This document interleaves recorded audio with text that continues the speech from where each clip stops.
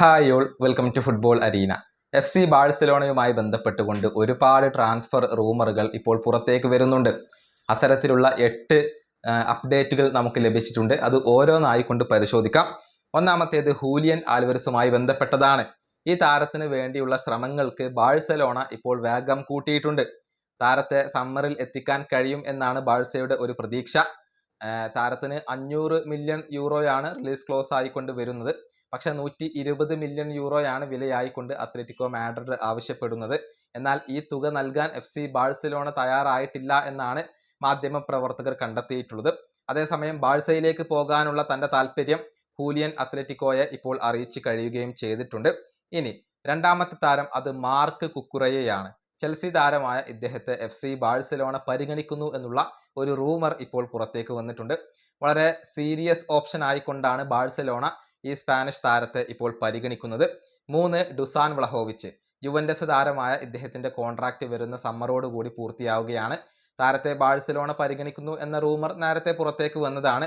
പക്ഷേ ബാഴ്സക്ക് വെല്ലുവിളി ഉയർത്തിക്കൊണ്ട് ബയേൺ മ്യൂണിക്കും ഇപ്പോൾ രംഗത്ത് വന്ന് കഴിഞ്ഞിട്ടുണ്ട്. നാലാമത്തേത് റോബർട്ട് ലെവൻഡോസ്കി. താരം FC ബാഴ്സലോണ വിടുകയാണ് എന്നുള്ളത് ഉറപ്പാവുകയാണ്. ഒട്ടുമിക്ക മാധ്യമങ്ങളും അത് സ്ഥിരീകരിച്ചു കഴിഞ്ഞിട്ടുണ്ട്. വരുന്ന സമ്മറിൽ ഫ്രീ ആയിക്കൊണ്ട് അദ്ദേഹം ബാഴ്സലോണ വിട്ടേക്കും. നിലവിൽ അമേരിക്കയിൽ നിന്നും സൗദി അറേബ്യയിൽ നിന്നും ഈ സ്ട്രൈക്കർക്ക് ഓഫറുകൾ ലഭിച്ചിട്ടുണ്ട്.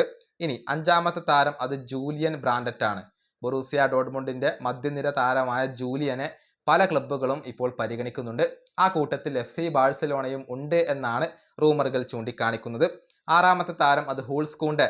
നല്ല ഓഫറുകൾ വന്നു കഴിഞ്ഞാൽ ഈ ഫ്രഞ്ച് താരത്തെ കൈവിടാൻ FC ബാഴ്സലോണ തയ്യാറായി കഴിഞ്ഞു.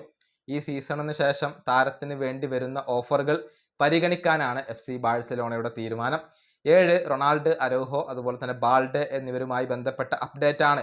ഈ 2 താരങ്ങളെയും ഒഴിവാക്കാൻ FC ബാഴ്സലോണ തീരുമാനിച്ചിട്ടുണ്ട്.